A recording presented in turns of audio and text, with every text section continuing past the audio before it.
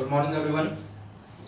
Previous class में हमने article के बारे में स्टडी किया था और आर्टिकल का जो टाइटल था वो था स्वच्छ भारत अभियान, या आप कह सकते हैं clean India movement, clean India mission. तो कल का स्टडी किया हुआ हमारा एक आर्टिकल था जिसका मैंने आपको टाइटल बताया अभी। आज हम फिर से एक आर्टिकल के बारे में और स्टडी करते हैं ताकि थोड़ा सा आर्टिकल पर आपका जो कमांड है वो अच्छी तरह से हो जाए। तो आर्टिकल पर कमांड करने के लिए हम जो है इनको बार बार स्टडी कर रहे हैं और मैं हर चीज़ जो है वो आपको एलेबरेट करके विस्तृत रूप से समझा रहा हूँ। इसमें ग्रामेटिकल पोर्शन है, इसका ट्रांसलेशन है, ये सारी चीज़ें जो है मैं आपको बता रहा हूँ। तो आपको जो है इन चीज़ों पर आपको ध्यान देना होगा और आर्टिकल पर आपको अच्छी तरह से कमांड करनी होगी, क्योंकि 7 मार्क्स का आता है और 100 जो है इसका वर्ड लिमिट होता है और स्पीच के अथवा में ये आता है। तो इन सब चीज़ों को मद्देनजर रखते हुए आपको जो आर्टिकल पर प्रैक्टिस करनी है, आर्टिकल पर कमांड करना है। तो let's see this article. Right an article on the importance of punctuality in about 100 words. हमें जो आर्टिकल लिखना किस पर लिखना है? इम्पोर्टेंस ऑफ पंक्चुअलिटी, इस पर हमें आर्टिकल लिखना है।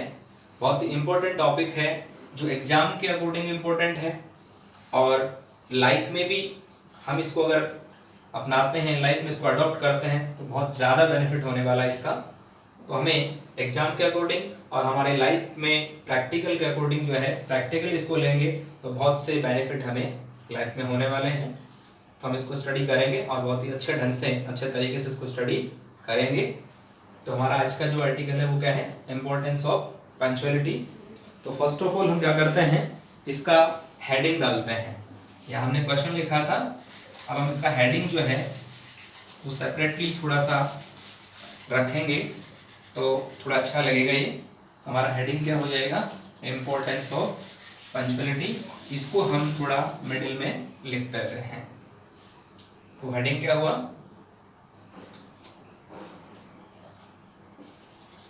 इम्पोर्टेंस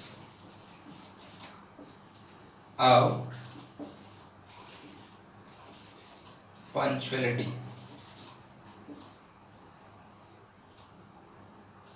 आज का जो हमारा आर्टिकल है उसका हेडिंग क्या हो गया? इम्पोर्टेंस ऑफ पंक्चुअलिटी जो है ये हमारा हेडिंग हो गया। इसको थोड़ा सा हम देखेंगे। इम्पोर्टेंस ऑफ पंक्चुअलिटी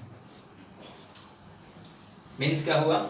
समय की पाबंदी का महत्व है। इम्पोर्टेंस मीन्स होता है महत्व और पंक्चुअलिटी का मतलब समय की पाबंदी। कहने का मीन्स क्या हुआ? इसमें हमें समय की जो पाबंदी है उसका हमें विशेष ध्यान रखना है और इसको प्रैक्टिकली जो है हमें अपने लाइफ में अपनाना भी है। तो पंक्चुअल जो है हमें होना चाहिए। टाइम का पंक्चुअल होना मस्ट है लाइफ में। आप अगर टाइम के पंक्चुअल नहीं है तो हमें बहुत से जो लॉस हैं वो हमें उठाने पड़ते हैं। तो हमें टाइम का पंक्चुअल होना पड़ेगा।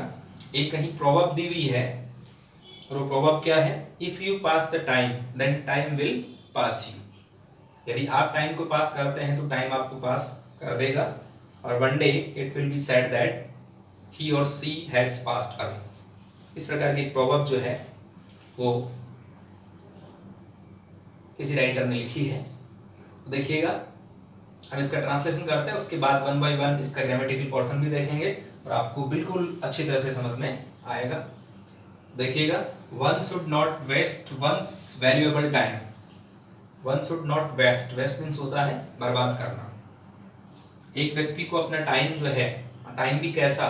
वैल्यूएबल टाइम, कीमती। एक व्यक्ति को अपना कीमती जो टाइम है उसको बर्बाद नहीं करना चाहिए। इफ यू वेस्ट टाइम, यदि आप टाइम को बर्बाद करते हैं, if you waste time, waste means बर्बाद करना या कंडीशनल सेंटेंस है।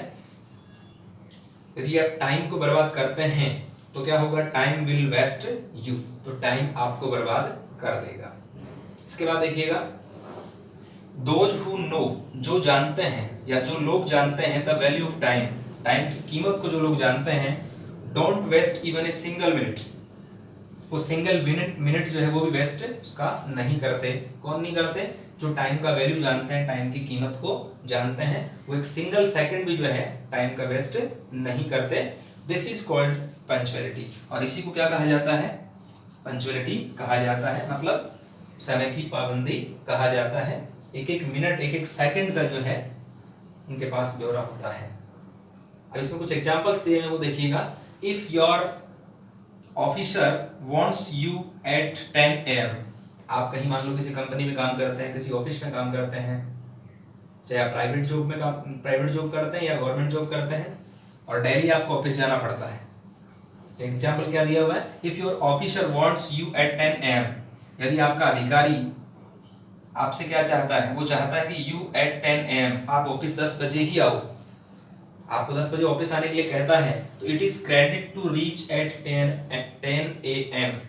तो आपकी ये साख है, आपका क्रेडिट है, आपको क्रेडिट बनाना पड़ेगा, आपको साख बनानी पड़ेगी कि आपको 10 बजे ही पहुंचना है।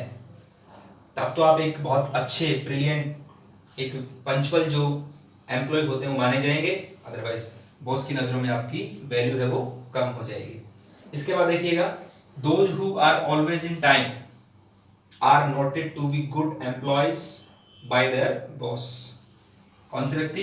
Those who are always in time, जो व्यक्ति टाइम से पहले पहुंचते हैं। 10 AM का टाइम है और अगर आप 10 मिनट पहले पहुंच जाते हैं, 5 मिनट पहले पहुंच जाते हैं, तो उससे क्या बेनिफिट होने वाला है आपको? Are noted to be good employees by their boss, वो उनके बॉस के द्वारा, उनके मालिक के द्वारा अच्छे एम्प्लॉयज माने जाते हैं, अच्छे काम करने वाले वर्कर जो हैं वो माने जाते हैं। फिर इसके बाद देखिएगा, confusion arises in mind. Confusion, भ्रम, एक भ्रम जो है वो माइंड में अराइज होता है, माइंड में आता है।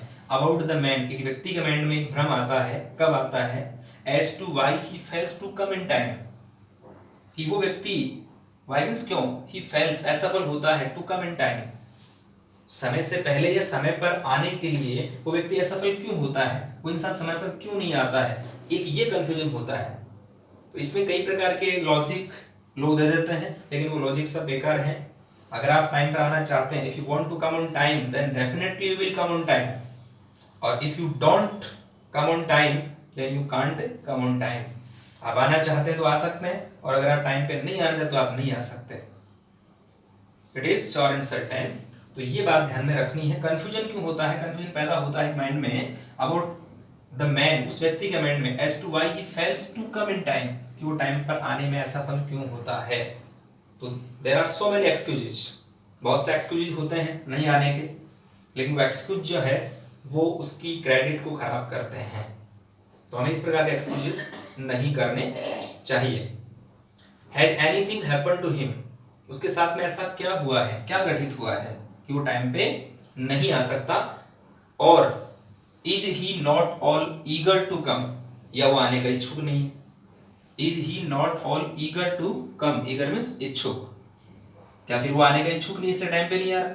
The man coming in time, जो व्यक्ति टाइम पे आ रहा है वो क्या कर रहा है? Avoids all these doubts about him, उसके बारे में जो भी ये डाउट्स है, जो भी ये शंकाएं हैं, वो उनको क्या कर देता है, उनसे बच जाता है। अवॉइड मीन्स बच जाना या टाल देना। तो इन सभी डाउट्स को जो है, उसके बारे में जो भी लोग डाउट्स करते हैं, वो सारे डाउट्स हैं वो टल जाती हैं।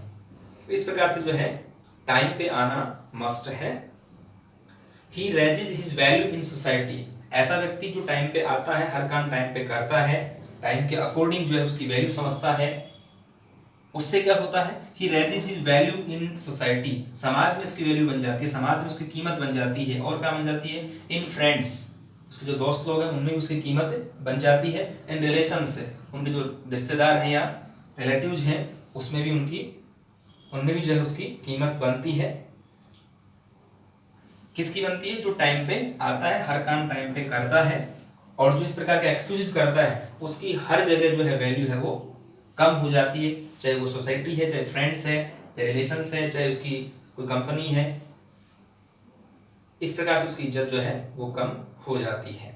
इसके बाद देखिएगा, people have good opinion about A punctual man, और लोग जो होते हैं, people have good opinion, opinion का मतलब राय, लोगों की राय बहुत अच्छी होती है किस व्यक्ति के बारे में? अबाउट ए पंक्चुअल मैन, जो समय का पाबंद व्यक्ति है, समय की जो कीमत समझता है, उस व्यक्ति की जो राय है, उस व्यक्ति के बारे में जो राय है लोगों में, वो बहुत अच्छी होती है कि टाइम का पंचुअल बंदा है, तो हर काम वो टाइम पे करता है। इस प्रकार जो टाइम पंचुअलिटी के बारे में मैंने आपको इस आर्टिकल का ट्रांसलेशन करके बताया है। आई होप कुछ चीज़ें आपको समझ में आ गई हैं।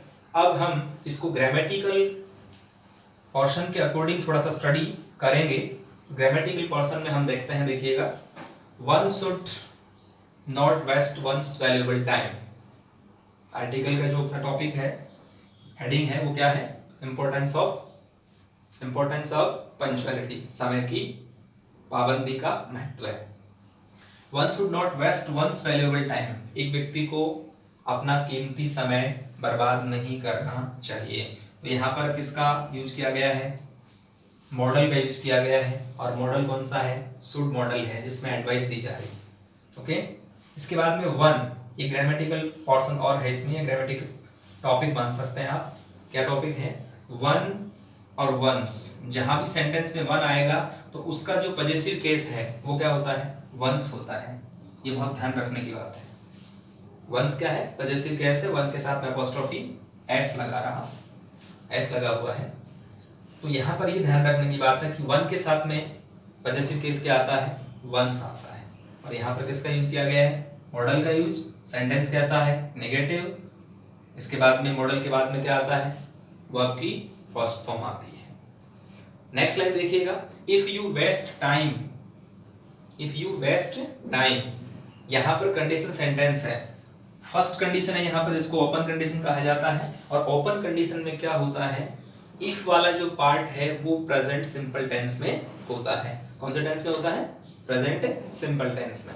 इफ वाला जो पार्ट है वो प्रेजेंट सिंपल में होता है, और उसके बाद वाला जो पार्ट होता है वो फ्यूचर सिंपल में होता है। यहाँ देखिएगा, present simple singular plural subject के साथ में, ये सब्जेक्ट कौन सा है? प्लूरल।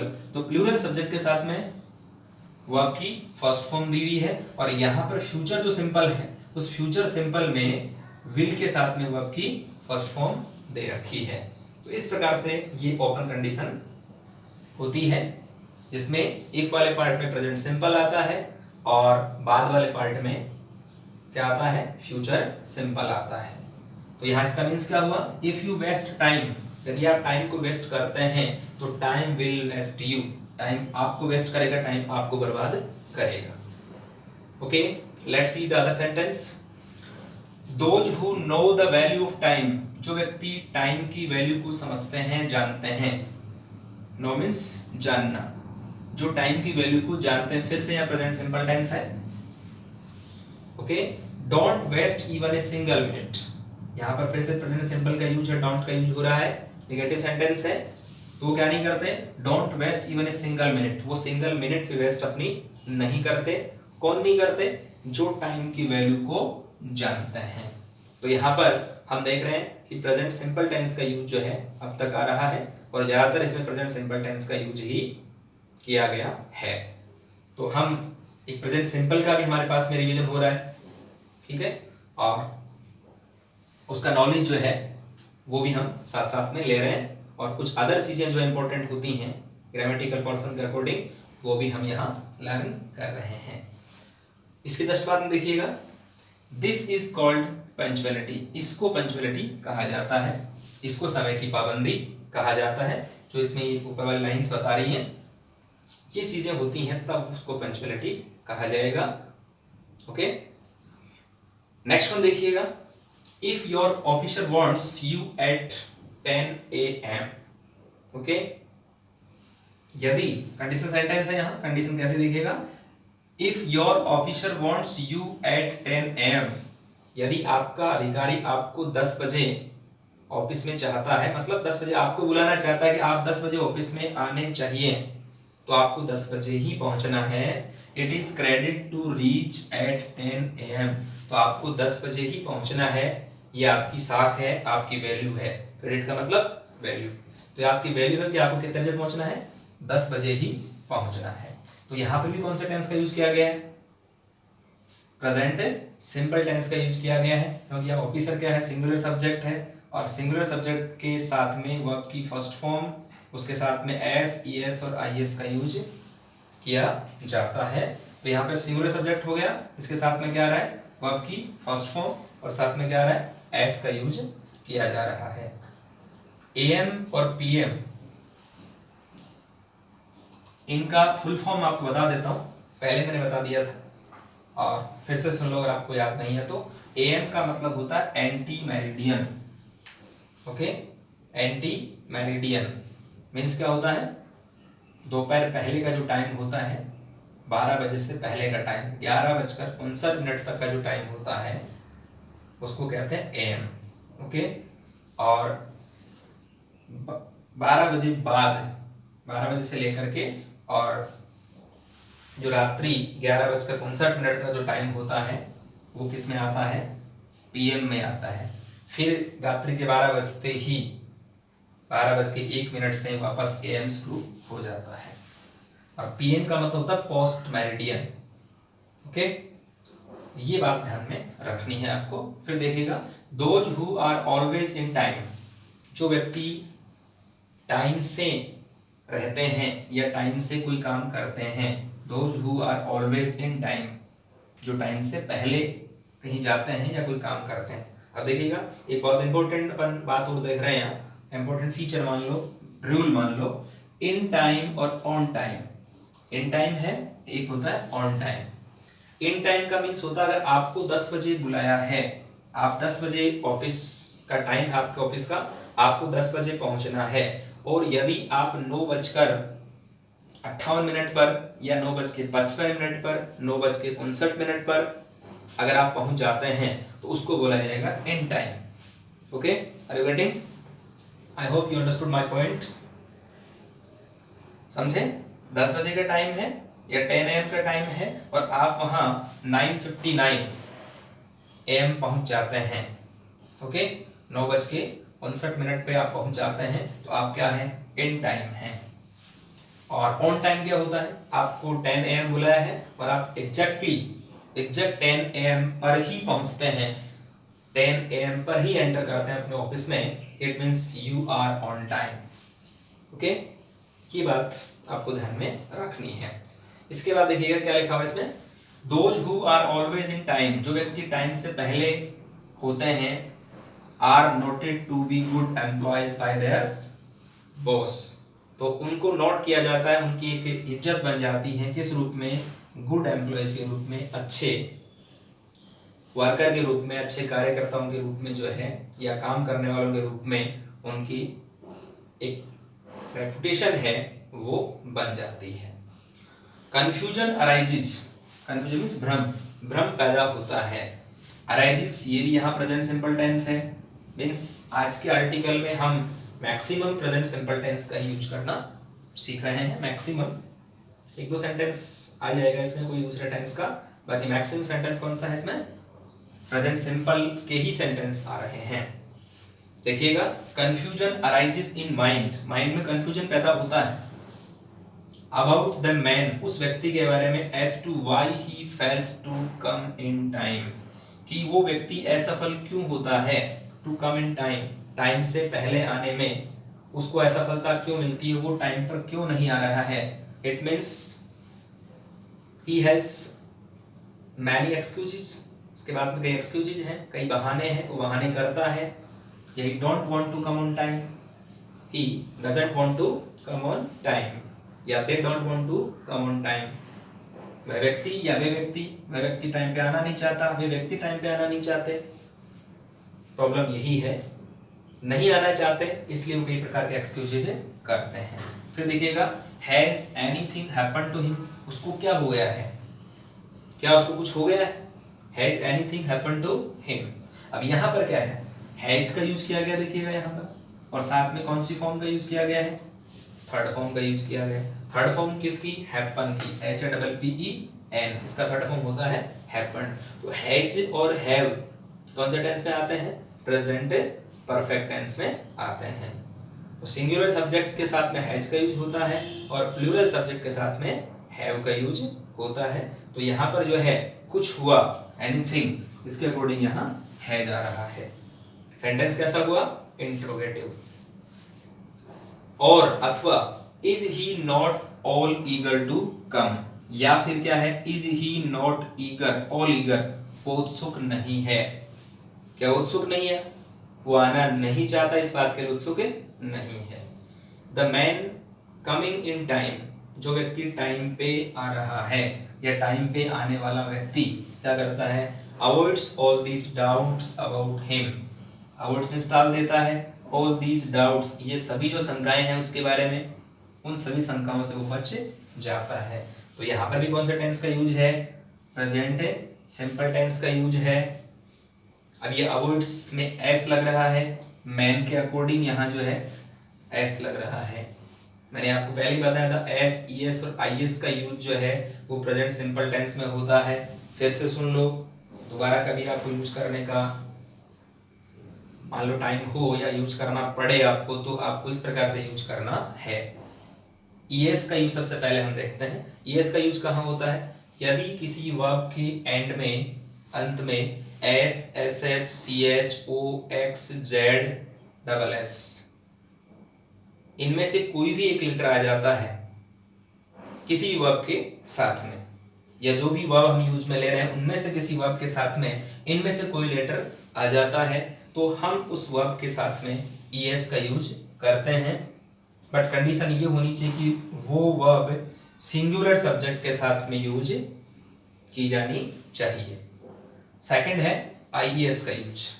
यदि किसी वर्ब के एंड में वाई हो और वाई से पहले कोई कॉन्सोनेंट हो, ओके, तो वाई को हटाकर हम आईएस उसमें ऐड कर देते हैं, आईएस को जोड़ देते हैं। लेकिन यदि किसी वर्ब के एंड में वाई हो और वाई से पहले कोई वावल आ गया, वावल में स्वर, कोई स्वर आ गया, ये वावल आ गया, तो हम फिर वाई को नहीं हटाएंगे, उसके साथ में ही एस का यूज कर देंगे। वाई लास्ट में हो और वाई से पहले कोई कॉन्सोनेंट हो तब तो वाई को हटा के आईएस लगाएंगे, और यदि वाई लास्ट में है उससे पहले वावल आ गया तब हम फिर क्या करेंगे, वाई को नहीं हटाएंगे और उसके साथ में ही वाई के साथ ही हम एस का यूज कर देंगे। लेकिन कंडीशन वही है कि सब्जेक्ट कैसा होना चाहिए, सिंगुलर। और इसके बाद में लास्ट जो एस का यूज है, रिमेनिंग जो भी वर्ब्स हैं जो सिंगुलर सब्जेक्ट के साथ में यूज की जाती हैं उनके साथ में हमें एस का यूज करना है। तो ये हमारा यूज था एस, ईएस और IES. Okay, next see the other sentence, या next see the next sentence. देखिएगा नेक्स्ट सेंटेंस ये वाला है, the man coming in time avoids all this doubts about him. ये मैं सेंटेंस स्टडी कर लिया था। इसका मीन्स क्या हुआ कि जो आदमी टाइम पर आ रहा होता है वो सभी प्रकार की जो डाउट्स है उसके बारे में जो लोग करते हैं या ऑफिस में और एम्प्लॉय वो करते हैं, तो वो सारी शंकाएं वो टाल देता है, उन सारी शंकाओं से वो बच जाता है। ही रेजिज हिज वैल्यू इन सोसाइटी। रेजिज का मतलब बढ़ाना या उठाना, उसकी वैल्यू बढ़ जाती है, ठीक है, उसका एक स्थान बढ़ जाता है। रेज का मतलब होता है स्थान का बढ़ जाना, या वैल्यू के बारे में जो है उसका स्थान, लोगों की नजरों में उसका स्थान जो है वो बढ़ जाता है। तो ही रेजिज हिज वैल्यू, अपनी वैल्यू को उठा लेता है, अपनी वैल्यू को बढ़ा लेता है। कहाँ पर, इन सोसाइटी, समाज में, इन फ्रेंड्स, दोस्तों में, इन रिलेशंस, रिश्तेदारों में, या अपने जो रिलेशंस हैं, जितने भी संबंधी हैं, उनमें अपनी वैल्यू जो है, अपनी जो कीमत है उसको वो बढ़ा लेता है। इसके बाद देखिएगा, people have good opinion about A punctual man. लोग जो होते हैं उनका एक अच्छा ओपिनियन होता है, अच्छी राय होती है। पीपल हैव, यहाँ पर हैव का यूज किया गया है। हैव का यूज रखने के अर्थ में होता है, या है अपने पास में है। तो लोग क्या रखते हैं, पीपल हैव गुड ओपिनियन, एक अच्छी राय वो रखते हैं अबाउट ए पंक्चुअल मैन। एक समय का जो पाबंद व्यक्ति होता है उसके बारे में सभी लोगों की राय भी अच्छी होती है, क्योंकि उसने जो भी टास्क किए हैं या जो भी अपना रोल अदा किया है लोगों के सामने, वो पंक्चुअल रह करके ही किया है। तो इसमें पंक्चुअलिटी के बारे में बहुत कुछ आपको बता रखा है इसमें, और ये चीजें आपको क्या करना है, you have to adopt in your daily life. आपको अपने डेली लाइफ में इनको अडॉप्ट करना है, मैं कुछ एग्जांपल्स आपको बताऊंगा, इसके माध्यम से आपको उनका जो है फॉलो करना है। सपोज दैट आपको किसी ने किसी भी काम के लिए बुलाया और आप वहाँ टाइमली पहुँच जाते हैं, और जिस बंदे ने बुलाया वो टाइमली नहीं आता है, तो आप उसको अवॉइड कर सकते हैं। टाइम पे आप पहुँच गए, उसके बाद आप वहाँ से आ सकते हैं। और अगर आप वहाँ से टाइम से नहीं आते हैं, आप उसका वेट करते हैं, इट मीन्स आपकी टाइम का कोई वैल्यू नहीं है।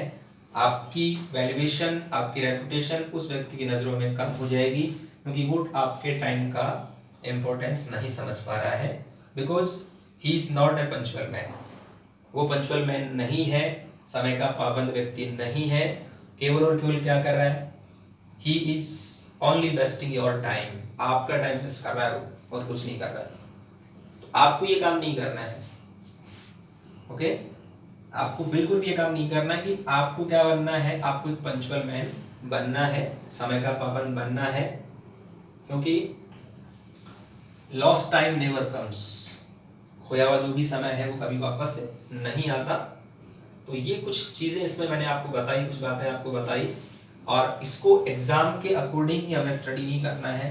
इसको हमारी जो डेली लाइफ है उसके अंदर भी जो है हमें इसको अपनाना है। डेली लाइफ में आप इसको अपनाएंगे तो बहुत सी जो प्रॉब्लम्स है उनका सॉल्यूशन ऑटोमेटिकली हो सकता है। तो हमारा जो आर्टिकल था वो क्या था, इम्पोर्टेंस ऑफ पंचुअलिटी। तो इस बात का जो है हमें ध्यान रखना है। अब इसमें आप इसको जब करें, एग्जाम में इसको अटेम्प्ट करें, तो मैं आपको एक एडवाइस देना चाहूँगा।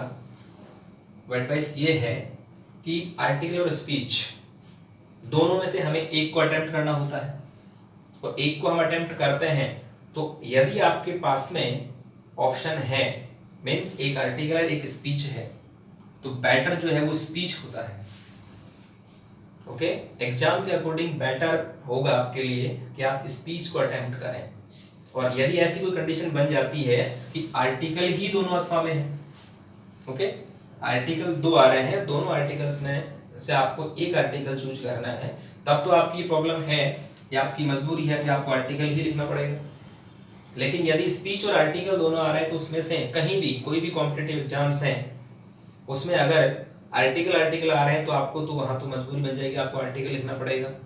अब उसमें आपको चूज जो करना है, मान लो एक आर्टिकल एक स्पीच है तो आपको स्पीच को ही चूज करना पड़ेगा, या आप स्पीच चूज करेंगे तो आपके मार्क्स से अच्छे आ सकते हैं। और ये इसमें भी कोई गारंटी नहीं है। अगर आपका ग्रामर पोर्शन बहुत शानदार है, आपको सेंटेंस की फ्रेम बहुत अच्छी तरह से आती है, ओके, इस प्रकार के आर्टिकल्स में आपको कई तरह की प्रोवर्ब्स का यूज करना पड़ता है, ठीक है ना। सेंटेंस की जो लैंग्वेज है उसको इफेक्टिव बनाना पड़ता है, तो ये भी इफेक्टिव बन सकता है, इसमें भी आपको आउट ऑफ आउट मार्क्स मिल सकते हैं।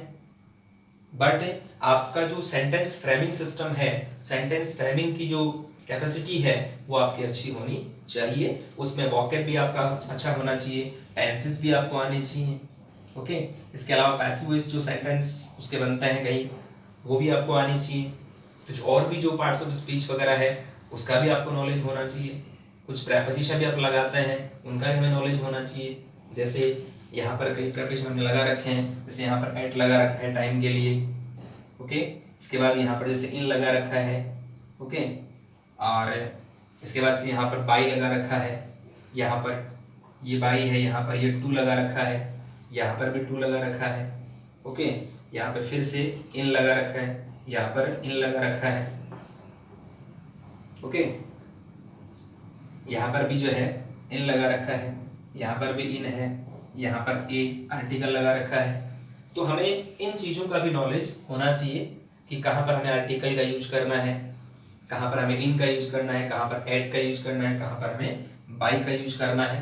तो ये क्या है, ये ग्रामेटिकल पोर्शन है, ये भी हमें आना चाहिए। जैसे यहाँ पर क्या लिखा हुआ देखिएगा, दिस इज कॉल्ड, अब इज के साथ में क्या आता है, वर्ब फर्स्ट आईएनजी आता है, या इज किसके रूप में आता है, मैन वर्ब के रूप में आता है। लेकिन यहाँ पर तो इसके साथ में क्या दिया हुआ है, वर्ब की थर्ड फॉर्म दी हुई है, मीन्स ये पैसिव वॉइस है।